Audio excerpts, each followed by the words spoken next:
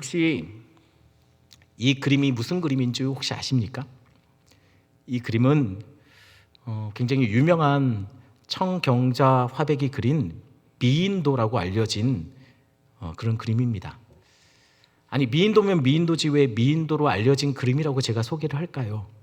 그 이유는 청경자 화백이 이 그림이 전시되었다는 소식을 듣고 봤는데 자기 그림이 아니더라는 거예요.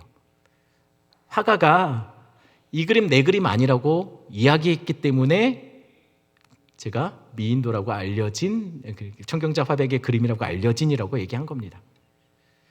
아니, 그러면 화가가 아니라고 하면, 본인이 아니라면, 자기가 그린 게 아니라면 누구보다도 화가가 알 거 아닙니까? 그러면 이 그림은 가짜 아닙니까? 그런데 문제는 그렇게 간단하지 않다는 거예요. 이 그림을 소장하고 있는 국립현대미술관에서 전문가들을 통해서 감정도 다 받았다, 이 그림은 맞다라고 그렇게 판정을 내려버린 거예요. 그 말을 듣고 청경자 화백이 벌쩍 뛰었습니다. 그러면서 이렇게 대답했어요. 내가 낳지도 않은 자식을 다른 사람이 맞다고 하면 어떡하냐. 그리고 너무 분했나 봐요. 그냥 절필을 선언했어요. 화가로서의 모든 활동을 접어버리고 미국으로 가버렸습니다. 대쪽 같죠. 아니, 그냥 안 그랬다고, 아니 그렇게 믿고 있으면 그래 믿어라 라고 하면 될 텐데 절필을 해버리고 미국으로 떠나버린 거예요. 그런데 이 일이 있고 나서 그렇게 오래 지나지 않아서 이 그림을 내가 그렸다, 내가 위조했다라고 주장하는 자백한 그런 위조범이 잡힌 겁니다. 아니, 그럼 더 이상 뭐가 더 필요한가요? 화가가 안 그렸다고 하고 그 그림을 그렸던 가짜 위조범이 자기가 그렸다고 했으면 끝난 거 아닙니까? 이건 가짜죠. 그런데 문제는 국립현대미술관 측에서 아니라는 거예요.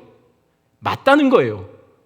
검찰 조사를 받았는데 검찰에서도 조사 결과가 이게 청경자 화백의 그림이 맞다라고 얘기했습니다. 그런데 외국에 굉장히 유명한 이런 그 감정하는, 과학적인 방법으로 감정하는 그 연구소에서 와서 감정한 결과는 또 이거는 절대 진품이 아니라는 거예요. 청경자 화백의 그림이 아니라는 것이죠. 아니, 도대체 이게 어떤 상황입니까? 그런데 문제는 절필까지 했던 청경자 화백은 미국에서 죽을 때까지, 생을 마감할 때까지 자식을 몰라보는 부모가 없다, 내가 왜 내 자식을 모르겠냐, 저 그림 내 거 아니다 라고 얘기하다가 결국 마지막 순간 생을 마감할 때까지도 그렇게 분해하면서 생을 마감했다는 거예요. 그럼 여러분, 이 그림은 진품입니까? 아니면 가품입니까? 누가 그린 거죠? 전 모릅니다. 하지만 이게 가짜라고 한번 가정은 한번 해봅시다. 이게 가짜라고 하면 그러면 어떤 일이 벌어진 겁니까 지금? 그동안 사람들은 가짜에 열광한 거죠. 가짜에 엄청난 가치를 부여한 겁니다. 가짜인데도 불구하고 전시장에 메인에 떡하니 전시해 놓은 겁니다. 가짜인데 많은 평론가들이 극찬을 한 겁니다. 가짜인데 이 그림을 포스터로 만들어서 엄청난 수익을 낸 겁니다. 아니, 이것이 어떻게 가능하죠? 가짜인데. 만약에 가짜라면 말입니다. 그건 다들 진짜라고 믿었기 때문이에요. 중요한 것은 이것의 가치가 이 그림에서 나오는 것이 아니라 사람들의 믿음에서 나왔다는 것이에요. 사람들은 그렇다는 거예요. 그런데 여전히 가짜는 가짜 아닙니까? 사람들이 아무리 높게 평가해도 가짜는 가짜라는 거예요.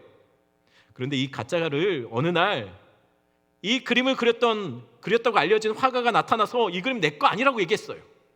그러자 이 그림에 대한 평가와 찬사가 흔들리기 시작합니다. 사람들 사이에서 논란이 되기 시작해요. 왜 그렇습니까? 그림이 바뀌었나요? 그림이 다른 그림입니까? 아니죠. 그림은 안 변했습니다. 그림은 논란 이전에도, 그리고 지금 논란이 되고 있는 지금까지도 그림은 똑같은 그림이에요. 그림은 안 변했습니다. 그런데 이상하게 사람들의 생각하는 이 그림의 가치는 바뀌었어요. 왜입니까? 사람들이 이 진짜라고 믿는 이 그림에 대한 믿음이 흔들렸기 때문이에요. 그러니 어쩌면 여러분, 진짜인지 가짜인지가 중요한 것 같지 않아요. 사람들이 생각하는 그 어떤 가치 있는 것은, 가치 있는 삶은 이게 진짜인지 아닌지가 중요한 것 같지 않습니다. 오히려 사람들이 이것을 진짜로 믿는 믿음, 그것이 더 중요하지 않나라는 생각이 들어요. 사람들이요. 그럼 얼마나 어리석습니까? 그래도 여전히 할 수 있는 말은 가짜는 가짜입니다. 알만한 사람은 안다는 거예요. 이것을 지은 사람이 가짜라고 하는데 여전히 사람들은 아니야, 이건 진짜라고 믿으니까 여전히 진짜로 생각하더라는 거예요. 그러니 이 믿음만 있으면 가짜도 진짜 취급받는 거예요. 모든 사람이 이것을 믿고 있다면 가짜지만 진짜도 될 수 있고, 믿지 않으면 진짜도 가짜가 될 수 있다는 거예요. 사람들은 그렇다는 거예요. 예를 한 가지 더 들어보겠습니다.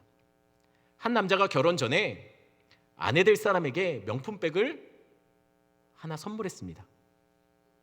결혼하려고 하니까는 선물했겠죠, 명품백을. 여러분, 명품백을 받은 아내는 이 백을 아끼고 소중하게 다루고 특별한 날만 가지고 갔대요. 누가 이것을 물어보면 우리 남편이 결혼하기 전에 나를 너무 사랑해서 이 비싼 걸 사줬다라고 자랑했답니다.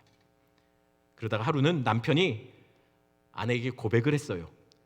여보, 내가 당신에게 결혼 전에 사준 그 명품 가방은 사실 동대문에서 샀어 라고요. 짝퉁이라는 거죠. 자, 그 말을 듣는 아내는 어떤 변화가 있을까요? 아내에게 특별한 날 이 가방을 들고 나갈까요? 누가 이 가방에 대해서 물어보면 자랑할까요? 가방은 안 변했습니다. 그런데 아내는 이 가방에 대한 마음이 달라졌을 거예요. 왜죠? 진짜일 거라는 믿음이 흔들렸기 때문이에요. 진짜인지 아닌지 사람들이 생각하는 이것의 가치는 이것이 갖고 있는 그것이 아니라, 어쩌면 사람들이 덧치는 것은 모든 사람이 그것을 진짜라고 믿느냐 믿음일 수도 있다는 거예요. 제가 이 얘기를 왜 하냐면, 어쩌면 세상 사람들이 모두 믿고 있는 성공하고 있는 삶, 가치 있는 삶, 괜찮다고 말하는 삶이 모든 사람이 다 그렇다고 말해서 그것이 가치가 있는 삶이 아닐 수도 있다는 얘기예요. 오히려 모두가 믿기 때문에 그 삶이 가치 있는 삶인 것처럼 보일 수도 있다는 것이죠. 오늘 본문에 보면 가짜를 진짜로 믿고 열심히 수고하는 사람들이 있어요. 이 가짜를 진짜라고 생각해서 열심히 고생하며 높이 성을 쌓는 사람들이 있더라는 거예요. 그들이 누구죠? 오늘 본문에 그들에 대해서 이렇게 말합니다. 1절 2절 말씀 한번 한 목소리 읽겠습니다. 1절 2절입니다. 온 땅의 언어가 하나요 말이 하나였더라. 이에 그들이 동방으로 옮기다가 시날 평지에 만나 거기 거류합니다. 그들은 하나의 언어와 말을 사용하는 사람들이라고 성경은 소개하고 있습니다. 그리고 그들이 거주했던 지역은 시날 평지라고 기록되어 있어요. 그렇다면 시날 평지는 어디일까요? 시날이라는 말은 두 강 사이라는 의미를 가진 말입니다. 두 강 사이에 있다라는 것이죠. 이 시날 두 강 사이를 그리스어로 말하면 메소포타미아가 됩니다. 그러니 시날 평지와 메소포타미아 평지는 같은 곳이에요. 한번 지도를 한번 볼까요? 이 지도를 보면 두 강이 보이죠. 두 강의 이름은 티그리스 강과 유프라테스 강입니다.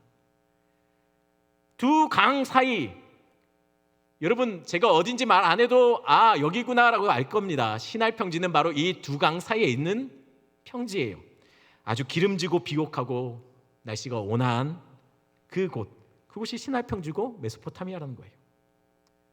저 지도 위쪽에 보면 아라랏산이라고 표시된 부분이 있을 겁니다. 작게 보여서 안 볼 수도 있겠지만 그 아라랏산이라고 표시된 부분이 있어요.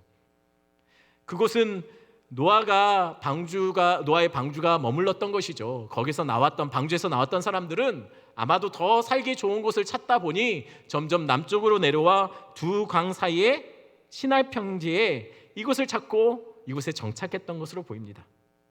그런데 혹시 시날 평지 하니까 여러분들 어디서 많이 들어본 익숙한 이름 아닙니까?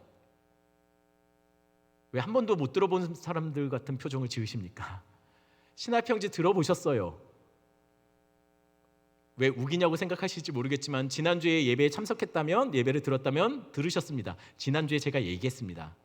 어디서 얘기했냐면 지난주 한번 본문을 한번 다시 찾아보겠습니다. 10장 9절 10절 말씀 한번 읽겠습니다. 한 목소리 읽어볼까요? 그가 여호와 앞에서 용감한 사냥꾼이 되었으므로 속담에 이르기를 아몬은 여호와 앞에 니무롯같이 용감한 사냥꾼이로다 하더라. 그의 나라는 신할 땅의 바벨과, 여기까지만 읽겠습니다. 그죠? 들었던 말씀이죠? 신할이 어디냐면 바로 니무롯이 바벨과 아수르의 니누에 등 레센 등 굉장한 나라들, 도시들을 많이 건설했거든요. 그 근거지를 삼았던 곳이 바로 신할 평지라는 거예요. 니무롯이 근거지로 삼아서 여기서부터 도시들을 만들어가기 시작했다는 것이죠. 그렇다면 오늘 본문의 이야기는 바벨탑 이야기인데, 바벨탑은 많은 학자들이 대부분 바벨론 지역에 거기에 세워졌을 거라고 생각해요. 이 바벨론을 누가 세웠습니까? 니무롯이 세웠어요. 그러니 오늘 본문은 니무롯을 빼고는 이야기할 수 없는 본문입니다. 신할 땅에 정착한 사람들을 이끌었던 사람들이 바로 니무롯이었어요. 그는 10장 10절에 보면 이렇게 말하고 있죠. 그의 나라는 신할 땅의 바벨과, 이렇게 해요. 그의 나라라고 얘기해요. 아니, 모두가 함께 세웠는데 그의 나라라고 성경은 설명하고 있습니다. 오늘 성경에 보니 우리가 성을 쌓자, 탑을 쌓자, 높이 쌓자, 멋지게 쌓자라고 얘기하는데, 성경은 이 성들, 이렇게 만들어진 도시를 그의 나라라고 얘기하고 있습니다. 이 말이 무슨 말입니까? 바로 니무롯이 그들을 이끌었고 니무롯이 그들의 왕이었다는 거예요. 모든 사람은 우리가 함께 나라를 만든다고 생각했지만 결론적으로는 누구의 나라가 된 겁니까? 니무롯의 나라가 된 거예요. 그런데 니무롯이 누굽니까? 성경에서 이렇게 말하고 있습니다. 여호와 앞에 용감한 사냥꾼이라고요. 하지만 제가 지난 시간에 이런 해석보다는 본문은 더 정확한 해석은 이 해석이라고 했어요. 왜냐하면 여호와 앞에 용감한 사냥꾼이라는 말은 칭찬이 아니기 때문이에요. 원어로 보면 이게 맞습니다. 여호와를 대적하는, 여호와를 대항하는 사냥의 용사라고요. 아니, 사냥꾼이면 사냥꾼이지 왜 사냥의 용사입니까? 그것은 그가 왕으로서 사람들을 흩어지지 않게 모은 거예요. 왜 모았을까요? 모여야 힘이 생기니까. 큰 나라, 큰 제국을 만들기 위해 사람들을 모았어요. 모으고 그 힘으로 높이 쌓기 시작합니다. 왜요? 유명해지려고요. 그래서 사람들을 더 높이 쌓고 더 힘을 갖기 위해서 사람들을 잡아온 거예요. 노예 사냥꾼이었다는 거예요. 그의 제국은 누군가를 밟아서 세운 나라였다는 것이죠. 게다가 니무롯이라는 말의 이름 또한 배반자라는 뜻입니다. 그러니 이들이 세우는 나라가 뭔가 수상쩍지 않습니까? 그냥 나라가 세워지고 도시가 세워진 게 아니에요. 이렇게 세워진 나라가 의심스러운 거예요. 도대체 이들은 니무롯의 통치를 받아서 모여서 뭘 했을까요? 3절 4절 말씀 보겠습니다. 3절 4절, 제가 먼저 3절 먼저 읽겠습니다. 서로 말하되 자, 벽돌을 만들어 견고히 굽자 하고 이에 벽돌로 돌을 대신하며 역청으로 진흙을 대신하고. 그들이 모여서 한 일이 뭡니까? 벽돌 만들자 했어요. 아니, 벽돌 만드는 게 뭐 대단한 거라고 성경에서 굳이 그렇게 기록합니까? 그냥 성을 쌓았다고 하면 되죠. 탑을 쌓았다고 하면 되죠. 근데 벽돌을 만들었다고 성경이 기록해요. 왜냐하면 이것은 우리가 생각할 때 별 특별한 게 없다고 생각할지 모르겠지만 당시의 기준으로 봤을 때 벽돌을 구원해서 건축물을 만들어내는 것은 최첨단 공법이었어요. 당시는 대부분 돌을 쌓아서, 돌을 다듬어서, 그나마 좀 공들이면 돌을 좀 깎아가지고 세우는 것이 그때 당시에 대부분의 건축물이었습니다. 하지만 바벨론 지역은 아주 오래전부터 벽돌을 구워서 쌓더라는 거예요. 그럼 벽돌을 구우면 돌로 지은 것보다 더 견고하게, 더 높이, 더 반듯하게, 더 보기 좋게 만들 수 있는 것이죠. 여러분, 그런데 성경은 이들이 쌓고 있는 이 탑과 도시를 어떻게 생각하고 있나요? 별로 좋아하지 않아요. 그들의 이런 도시는 성경에서는 굉장히 부정적으로 말합니다. 그럼 여기서 드는 생각이 있죠. 여러분, 성을 쌓으면 안 됩니까? 탑을 쌓으면 안 되나요? 뭔가 건축물을 크게 높이 쌓으면 그건 나쁜 겁니까? 하나님 기뻐하지 않는 것인가요? 여러분, 그것은 사실은 지을 수도 있죠. 이왕 지으면, 건물을 지을 거면 높이 짓고 아주 그럴듯하게 지으면 참 좋은 거 아닙니까? 어차피 건물 크게 지은다고 지금 말하는 제 돈 더 드는 것도 아니고, 이왕 짓는다고 하면 크게 지으면 좋죠. 보기도 좋고. 그런데 문제는 이들 안에 건물을 짓고 있다는 것이 문제가 되는 것이 아니었어요. 진짜 문제는 지금 그들이 무언가 놓치고 빠뜨린 것이 있다는 것이에요. 그것이 무엇일까요? 3절 4절 말씀 한번 볼까요? 3절 4절 말씀 한 목소리 읽겠습니다. 서로 말하되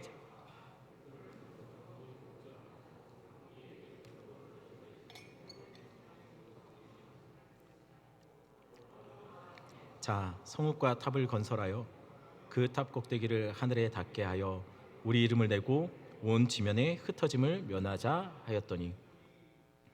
혹시 찾으셨나요? 이들이 놓친 것을 찾아내셨나요? 3절 4절에 보니 이들이 빠뜨린 것이 있습니다. 그것이 무엇입니까? 여러분, 건물 지을 때 기둥이 빠지면 어떻게 되죠? 무너집니다. 건물 지을 때 기초를 다지지 않으면 건물은 넘어갈 겁니다. 모든 인생의 계획 속에 하나님이 빠지면 그 계획은 주저앉게 될 겁니다. 지금 이들이 무엇을 빠뜨렸냐면 그들이 모여서 탑을 쌓는 것이 문제가 아니었어요. 문제는 그들이 만들고 있는 이 도시 속에, 이 탑 속에 하나님이 없어요. 말씀해 보니 그들이 자 우리가 라고 말하지만 하나님의 뜻이 무엇인지 구하는 증언이 나오진 않는다는 거예요. 다들 한 목소리로 외쳐요. 한 언어로 연합해서 소리치고 있어요. 자, 벽돌을 굽자. 자, 성읍과 탑을 쌓자. 자, 하늘 높이 닿게 하자. 자, 우리의 이름을 내자. 자, 온 지면에 흩어짐을 면하자라고 외칩니다. 그런데 한결같이 한 목소리를 내고 있지만 그들 외침 속에 하나님이 없어요. 하나님의 뜻, 하나님의 말씀을 구하지 않고 있더라는 거예요. 이들이 만든 나라에는 예배와 말씀이 사라졌습니다. 그들이 만들고 있는 도시의 설계도에는 하나님을 위한 공간이 없었어요. 멋지게 만들었죠. 기가 막혔습니다. 높이 쌓았어요. 그런데 그 속에 하나님이 없더라는 거예요. 그래서 이들이 세운 도시는 가짜죠.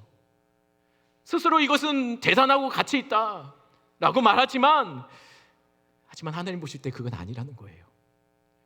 여러분, 이들의 원했던 것은 높이 쌓고 멋지게 쌓으면 자신도 높아지고 자신도 대단해질 거라고 생각했어요.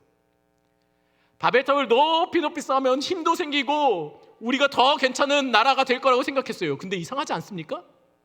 여러분, 탑이 높아지면 내가 높은 사람이 될 수 있습니까? 탑이 멋져지면 내 인생이 멋져지나요? 아니죠. 그건 탑이 그런 거지 우리가 그런 게 아니에요. 근데 이 사람들이 모여서 한다는 게 탑을 통해서 자신의 존재를 확인하고 싶어 하더라는 거예요. 그들은 사실은 하나님과 상관없는 삶을 살고 싶었던 거예요. 하나님 없어도 나 잘 산다라는 것을 보여주고 입증하며 살고 싶었던 것이죠. 그것은 그들이 이 탑을 만들면서 외치고 있는 소리들 속에서도 나옵니다. 첫 번째로 그들이 탑을 쌓으면서 이렇게 말하죠. 자, 우리 이름을 내자. 그들은 이 성을 건축하면서 그들의 이름을 내겠다고 합니다. 그런데 여러분, 하나님이 인생을 만드실 때 네 이름 멋지게 폼내봐라, 네 이름 한번 모든 사람들에게 알리며 유명해져봐라, 네 이름 높이 날려봐라. 하나님이 그렇게 우리 인생들을 그렇게 그런 목적으로 만드셨나요? 제가 지난 시간에 헤칼이라는 단어를 얘기하면서 하나님은 인생을 예배자로 하나님의 백성으로 만드셨다고 했어요. 그런데 이들이 지금 뭐 하고 있습니까? 자기 이름 내겠대요. 하나님 이름 높이는 게 아니라 내 이름 높이겠대요. 어떻게 하면 이름이 알려질 수 있습니까? 높여질 수 있습니까? 기가 막히게 만들면 되겠죠. 보란듯이 성공하고 출세하면 이름이 날리는 거 아닙니까? 직함이 생기고 무언가 대단한 것을 해내면 이름 나는 거 아니냐는 거예요. 이들이 그랬습니다. 이 탑 멋지게 만들어서 이름 내겠답니다. 사람들이 유명해지고 사람들에게 알려지고 어떻게 이런 대단한 것을 좀 폼나게 살겠답니다. 출세하겠다는 것이죠. 그런데 문제는 그렇게 함으로 탑을 높이 쌓음으로 나를 높였지만, 나를 드러내려고 했지만 이 속에 하나님을 높이는 예배가 없다는 거예요.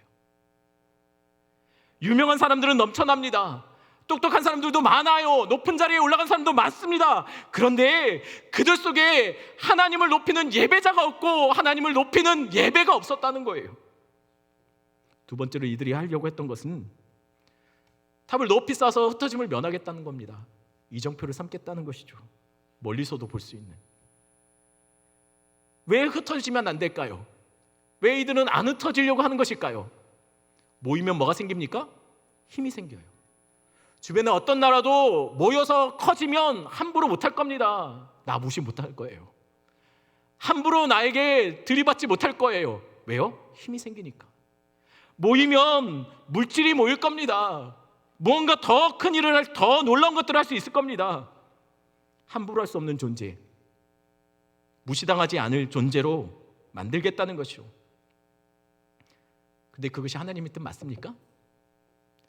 하나님이 흩어지지 말라고 했나요? 아니요. 성경에 보면 생육하고 번성하여 땅에 충만하라, 흩어져서 땅을 정복하라고 해요. 하나님이 꿈꾸셨던 나라는요, 하나님의 백성들이, 예배를 살아내는 사람들이 온 땅에 가득 채워져서 온 땅에 온통 예배하는 소리로 하나님 말씀 붙잡고 사는 사람들이 흩어진 곳곳에 빈 땅을 다 채워서 그 땅에 하나님의 통치가 세워지고 하나님의 나라가 세워지는 것을 하나님은 원하셨다는 거예요. 그래서 하나님은 흩어지라고 하신 거죠. 그런데 이들이 자기 이름을 올리겠답니다. 이들이 안 흩어지고 힘을 모으겠다는 거예요. 자신의 힘이 키워지겠다는 거예요. 하나님의 힘은 관심이 없어요. 내가 힘을 가지면 된다는 거예요. 하나님을 높이는 거에 관심 없어요. 내 이름이 높아지는 거에만 관심이 있어요. 한마디로 이들이 꿈꾸는 나라는 뭡니까? 이들이 만들어가고 있는 나라는 나의 나라, 하나님 없어도 사는 나라, 그가 없는 나라를 꿈꾸고 있다는 것이죠. 그런데 더 큰 문제가 있었습니다. 여러분, 하나님 없는 삶을 산다면 그 인생의 주인이 자신이 될까요? 내 인생에서 하나님을 밀어내며 하나님의 통치를 거부하면 내가 왕이 되는 삶을 살 수 있을까요? 마음껏 내 이름 날리고 물질 높이 쌓고 힘 모아가는 인생이 되면 여러분, 정말 폼나는 인생, 괜찮은 삶을 살 수 있게 되는 것일까요? 세상 사람들은 그렇게 말합니다. 더 높이 탑을 쌓을 수 있으면, 더 물질을 쌓을 수 있으면, 더 명성을 쌓고 내 이름을 높이 올릴 수 있으면 세상 사람들은 다 그렇게 믿어요. 성공했다고요. 괜찮은 인생이라고요. 그런데 하나님 없는 삶을 꿈꾸게 되면 여러분, 죄송하지만 하나님 없이 나를 높이는 인생, 출세하려고 하고 뭔가 물질과 힘을 모아가는 인생이 되면, 그런 삶을 살면 그런 인생이 반드시 만나게 되는 사람이 있습니다. 바로 니므롯이에요. 아담과 하와가 하나님처럼 되려고 선악과를 따먹었지 않습니까? 그러자 그들이 만난 게 누굽니까? 뱀의 실체를 만나게 된 거예요. 열심히 수고하고 열심히 더 높이, 더 폼나게, 더 괜찮게 만들면 내 인생이 괜찮아지고 나 출세하고 다른 사람이 무시 못할 것 같고 그것이 성공하는 삶이라고 그렇게 믿고 열심히 일했는데, 결국 내가 만들었던 모든 나라들이 알고 봤더니 니므롯의 나라가 되더라는 거예요. 다 내 마음 빼앗겨버리고 어느 순간 나를 사로잡아 노예처럼 끊임없이 돈을 벌기 위해, 끊임없이 더 높은 자리에 올라가기 위해, 더 인정받기 위해 몸부림칠 수밖에 없는 니므롯의 종이 되어버린다는 것이죠. 이미 말한 대로 니므롯은 우리가 말한 대로 노예 사냥꾼이라고 말했습니다. 하나님을 대적하는 자입니다. 왕으로 고대의 여러 나라들을 만들어낸 대단한 사람입니다. 하지만 그의 실체를 알면 더 소름 끼칠 겁니다. 뱀이 뱀 자체가 아니었지 않습니까? 니므롯도 니므롯 자체가 아니에요. 왜냐하면 그가 만든 바벨탑은 단순한 탑이 아니었기 때문이에요. 한번 사진 하나 볼까요? 이게 바벨탑의 모습이었을 거라고 추정하는 그림입니다. 혹시 어떻게 그림이 어떤 모양입니까? 계단처럼 보이지 않나요? 아니, 그런데 바벨탑은 이미 사라졌지 않습니까? 무너졌고. 근데 어떻게 사람들은 바벨탑의 모양이 이럴 거라고 추정하는 것일까요? 그 이유는 바벨탑이 세워졌을 거라고 생각하는 이 바벨론 지역, 말하자면 메소포타미아 지역의 도시들에 이런 탑들이 많이 발견돼요. 지금도 각 도시마다 항상 중심부에는 이런 탑들이 있었는데 이게 뭐냐면 지구라트라고 불러요. 발굴됐던 지구라트 중에는 가로 세로 200m, 높이가 90m에 달하는 당시로는 어마어마한 그런 건축물들이 존재했다는 것이죠. 바벨탑은 아마 훨씬 이것보다 높았겠죠. 바벨탑을 쌓았던 사람들이 흩어져서 여전히 각 도시에서도 이런 탑을 만들어냈다는 거예요. 더 밑으로 내려가면 애굽에 가서 비슷한 피라밋을 만들었겠죠. 그런데 이런 탑들이 그냥 탑이 아니었다는 거예요.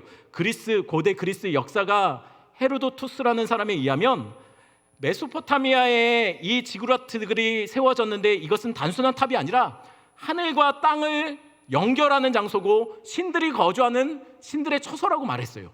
그러니 이건 그냥 탑이 아니라 꼭대기에 신들이 사니 이것은 신전이었다는 거예요. 그래서 탑을 건설할 때 계단 형식으로 만든 겁니다. 하늘 높이 닿도록. 왜 그럴까요? 왜 계단 형식으로 만들었을까요? 계단이 뭡니까? 오르내리는 곳이죠.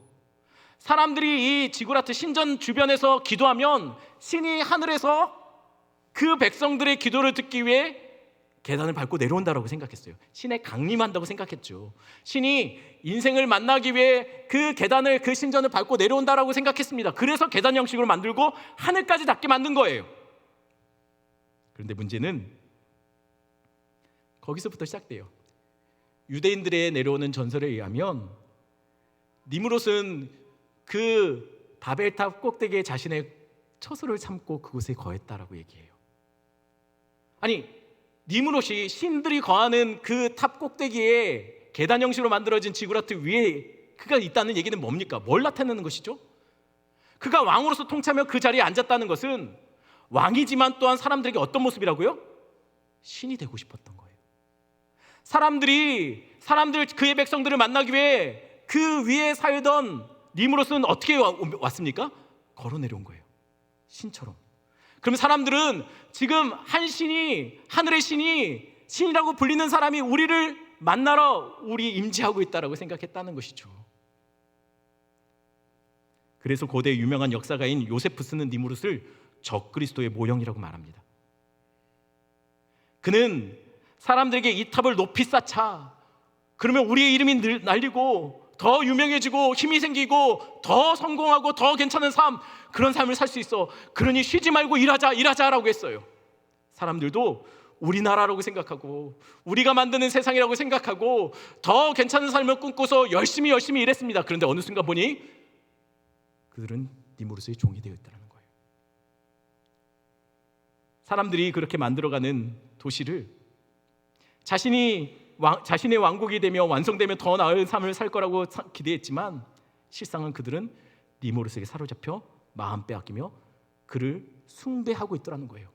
하나님을 거절하고 우리가 스스로 왕이 되려고 생각했는데 알고 보니 우리가 왕의 자리에 앉는 것이 아니라 그 자리에 가짜가 들어와 왕 노릇하더라는 것이에요. 여러분, 마찬가지예요. 우리가 하나님을 떠나서 성공과 명예와 힘을 추구하는 인생을 살면 여러분, 그 정점에서 반드시 만나게 될 것은 니므롯일 겁니다. 우리가 신처럼 떠받드는, 우리의 마음이 다 빼앗겨서 우리를 속이는 가짜들, 우리의 마음을 뺏어가는 돈이라는 니므롯, 명예라는 니므롯, 출세라는 니므롯을 우리는 반드시 만나게 된다는 것이에요. 하나님 없이 명예와 힘을 추구하는 인생은 결국 그렇게 된다는 거예요. 그런데 그들이 세운 나라가 하나님 보시기에 얼마나 가소로웠는지 5절에 보니까 이렇게 말하고 있어요. 제가 읽어드릴게요. 여호와께서 사람들이 건설하는 그 성읍과 탑을 보려고 내려오셨더라고요. 아니, 그들이 쌓은 탑은 멀리서도 봐서 흩어지지 않을 수 있는 이정표와 같았는데 하늘까지 닿았는데, 그래서 그 정점에는 신이라고 자칭하는 자가 거하고 있는데 하나님이 이 탑을 보실 때 어떻게 보셨다고요? 아마 하나님 계신 곳에서 보이지 않았나 봐요. 물론 보이셨겠죠. 하지만 지금 일부러 그것을 비꼬듯이 말하는 게 뭡니까? 하나님이 그 탑을 보시기 위해 내려오셔야 됐다는 거예요. 내려와야만 보였다는 거예요. 한마디로 말하면 가소로웠다는 것이죠. 아마 그럴듯하게 만들고 대단한 것을 만들고 사람들에게 다 알려졌지만 하나님 잘 모르겠다는 거예요. 가짜 위에 진짜 왕이 내려오시니 어떤 일이 벌어지게 되었습니까? 가짜가 무너졌어요. 그들의 언어가 혼잡해집니다. 서로 이야기하는 것을 서로 못 알아듣게 돼요. 스스로 높이 든 자들의 그 시도가 무너졌고, 흩어지지 않기 위해 모였던 자들이 있는 곳에서 언어가 서로 나누어지니 막히니 결국 뿔뿔이 흩어지게 되었어요. 하나님 없는 세상을 꿈꿨던 자들은 결국 하나님 앞에 무너졌습니다. 전해져 내려오는 말에 의하면 니무롯은 하나님께서 바벨탑을 무너뜨릴 때 빠져나오지 못하고 거기에 깔려 죽었다라고 얘기해요. 하나님 없는 세상의 험함을 보여주는 것이죠.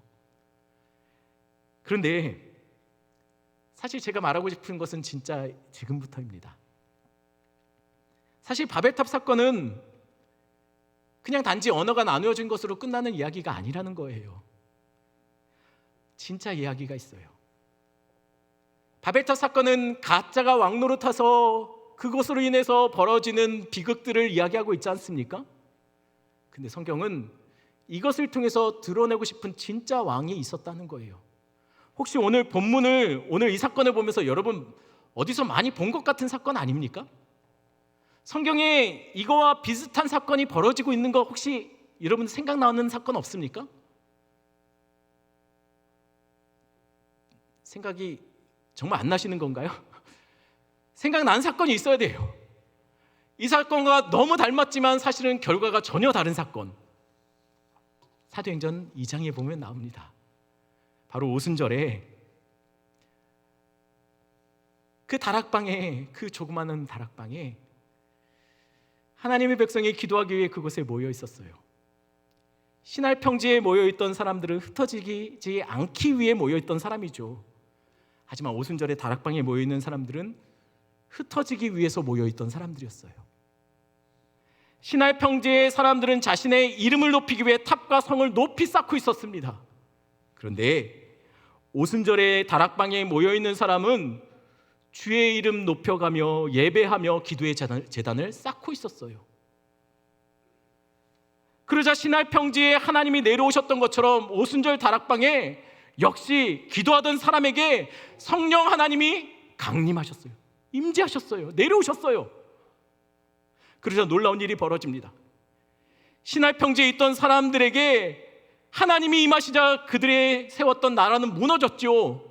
하지만 오순절에 성령이 임하시자 그곳에서부터 하나님의 나라고 하나님의 백성인 교회가 그때부터 일어나고 세워지기 시작해요. 똑같이 닮은 사건이지만 결과가 전혀 다르다는 거예요. 신할 평지에서는 언어가 나누어지고 소통이 안 되니 흩어졌지만 오순절에는 성령이 불의 혀처럼 갈라지듯 임하셨습니다. 우연히 불의 혀처럼 갈라졌다고 말하는 것이 아니에요. 지금 의도적으로 말하고 있어요. 마치 언어가 갈라지는 것을 상징하듯이 성령이 불의 혀처럼 갈라져서 사람들에게 임하자 그들의 언어가 갈라졌습니다. 방언이 임한 거예요. 같은 말을 했던 사람이 방언으로 다르게 말하기 시작했습니다. 그런데 이상한 일이 벌어져요. 바벨탑을 쌓았던 사람들은 언어가 나누어지자 소통이 안 됐는데 이상하게 방언을 받고 뛰쳐나가서 예루살렘 곳곳에서 복음을 전하기 시작한 사람들의 언어는 그곳에 각 나라 족속 각 언어를 쓰는 사람들이 다 모여 있는데 언어가 갈라지니 그때 왔던 사람들이 깜짝 놀라면서 이렇게 말하더라는 거예요. 아니 저들이 어떻게 우리나라 말로 우리가 어떻게 저 사람들이 말을 알아듣지? 방언을 통해서 말하자 모두가 어떤 언어와 족속을 어떤 언어더라도 사람들이 다 그 말을 알아듣더라는 거예요. 갈라졌던 언어의 소통이 이어지게 됐다는 것이죠. 그리고 무슨 일이 벌어집니까? 그렇게 성령 받은 사람들이 세계 열방으로 흩어져요. 이름 날리기 위해서 흩어진 거 아닙니다. 힘 모으기 위해서 흩어진 거 아니에요. 그들이 다 흩어져요. 온 유대와 사마리아와 땅끝까지 이르러 그렇게 흩어져서 오직 한 목소리를 내요. 신할 평지에 있었던 사람들이 한 목소리를 외쳤던 것과는 전혀 다른 목소리를 내요. 한 목소리를 외치는데 그게 뭡니까? 바로 예수 그리스도입니다. 예수 그리스도가 정답이라는 거예요. 그분이 우리의 생명 되신다는 거예요. 그들은 한 목소리로 어디 가든 예수가 우리의 왕 되신다라고 고백하더라는 거예요. 신할 평지와 오순절의 차이점이 이겁니다. 왕이 달랐다는 거예요. 가짜와 진짜의 차이였다는 거예요.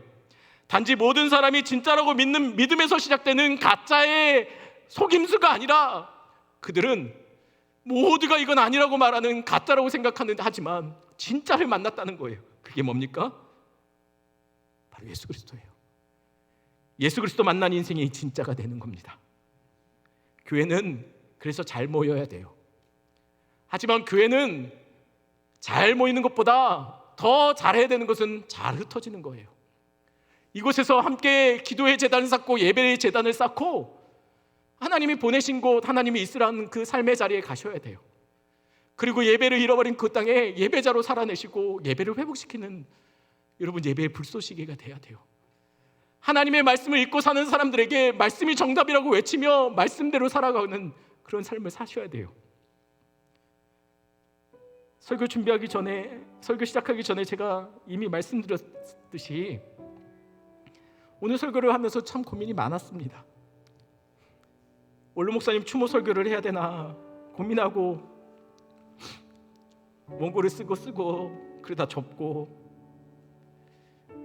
이렇게 한 이유는 우리 성도들이 원로 목사님 하나님 품에 보내드리며 많이 슬퍼하고 아쉬울 것을 알기에 말씀으로 좀 위로해드리고 싶었습니다. 그러나 자꾸만 드는 생각은 제가 만약에 설교의 본문을 바꿔버리면 분명 원로 목사님 저에게 호통치셨을 것 같아요. 예배는 하나님께 드리는 거라고요. 내가 드러나면 안 된다고요. 은퇴식에서 제가 잊을 수 없는 원로 목사님 추대식 할 때 잊지 못하는 장면이 있습니다. 여러분들은 어쩌면 들렸는지 안 들렸는지 모르겠지만 저는 옆자리에 앉았기 때문에 정확하게 들은 것이 있어요. 그 추대식을 집례하셨던 사회자 목사님께서 우리 성도들에게 아마 제 기억으로는 목사님 수고하셨으니까 우리 다 같이 박수로 격려해 드립시다라고 했던 것 같아요. 여기저기서 박수가 나오는데 앞에 계셨던 원로 목사님이 갑자기 깜짝 놀라면 손살을 치셨어요. 그러면서 그 목사님한테 이렇게 소리쳤습니다. 목사님, 지금 하나님께 드리는 예배예요. 그 박수는 내가 받을 박수가 아닌데 하나님께 예배 드리고 있지 않습니까? 안 됩니다 라고 얘기했어요. 그 모습이 떠올라서 원래 준비했던 원고 들고 또 나왔습니다. 그런데 이 말은 해야 될 것 같아요. 여러분 잘 모르시겠지만 여러분 복받은 성도입니다. 왜냐면 예수밖에 모르는 진짜 목사님 만나셨지 않습니까? 세상은요, 자기 이름이 드러나고 좋은 거 갖고 많은 거 모아가면 성공한 인생, 괜찮은 인생, 잘 살았다라고 말해요. 부끄럽지만 목사인 나도 그래요. 좀 큰 교회 맡고 더 높은 교회 만들고 내 이름이 유명해지면 목회 잘했다라고 말해요. 괜찮은 목사인 줄 착각해요.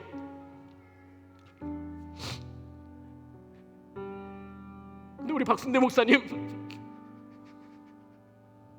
늘 항상 자신의 이름이 드러날까봐, 자신의 이름이 드러나는 것을 가장 부끄러워하셨던 분,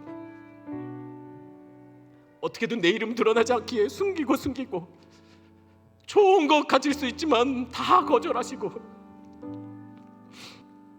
다 나누어 주시고 누군가 만나면 늘 예수 말씀하신다. 여러분이 어떻게 생각하는지 모르겠지만 저는 잠깐 만났지만 진짜 목사님이셨어요. 진짜 목사님 만나신 겁니다. 여러분 복 받으신 거예요. 예수밖에 모르면 때로는 다른 것을 잘 못하실 수도 있어요. 그래서 오해가 될 수도 있어요. 예수만 높이다 보면 가족도 못 돌볼 수도 있어요. 하지만 이것이 우리 교회의 귀한 영적인 자산이 됐습니다. 유산이에요. 어쩌면 목사님, 이 찬양이 목사님의 고백이 아닐까라는 생각이 들어서 이 찬양 같이 했으면 좋겠습니다. 십자가의 전달사.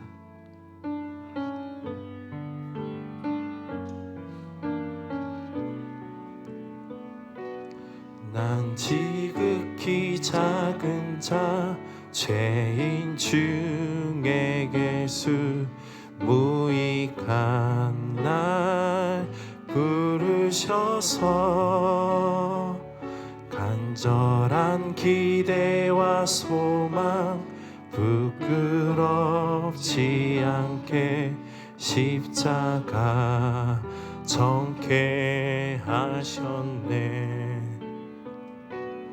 어디든지 가리라 주위에 서라면 나는 전하리 그 십자가 내 몸에 밴 십자가 그 보혈의 향기 온 세상 채울 때까지 살아도 주를 위해 죽어도 주를 위해 사나 죽으나 난 주의 것 십자가의 능력 십자가의 소망 내 안에 주만 사시는 것 난 지극히 작은 자 죄인 중에 괴수 무익한 날 부르셔서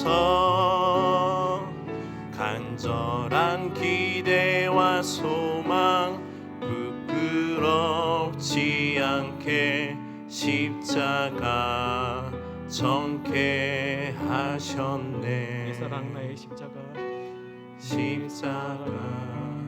나의 십자가. 이 시간 함께 기도하겠습니다. 말씀 생각하시면서 함께 기도하겠습니다. 맞습니다. 우리 교회가 자랑할 것은 십자가밖에 없는 것 같아요. 전 우리 교회가 유명해지지 않아도 높은 건물을 쌓지 못해도 많은 사람이 모이지 않아도 하나님이 기뻐하시는 듯이 우리 성도들 각자 잘 흩어져서 있는 곳에서 예배 잘 드리고 주의 말씀을 살아내는 성도들이었으면 좋겠다는 생각이 듭니다. 우리 목사님 명예 쌓는 데 관심이 별로 없었던 것 같아요. 물질 모으는 데 별로 관심이 없었죠. 그냥 있는 곳에서 말씀 전하고 있는 곳에서 복음 전하는 것, 예배하는 것. 이제는 우리는 목사님의 메시지를 다시는 듣지는 못할 겁니다. 하지만 보여주신 메시지는 기억될 겁니다. 이 시간 하나님 우리 교회 모일 때보다 흩어졌을 때 더 하나님 백성다운 교회 되게 주님 도와주시옵소서. 목사님 보여주셨던 신앙의 유산 잘 좋은 전통 만들어갈 수 있도록 주님 도와주시옵소서. 남겨진 유가족들 주님 위로하여 주시옵소서. 이 시간 기도하고 제가 마침으로 기도하겠습니다. 기도합니다.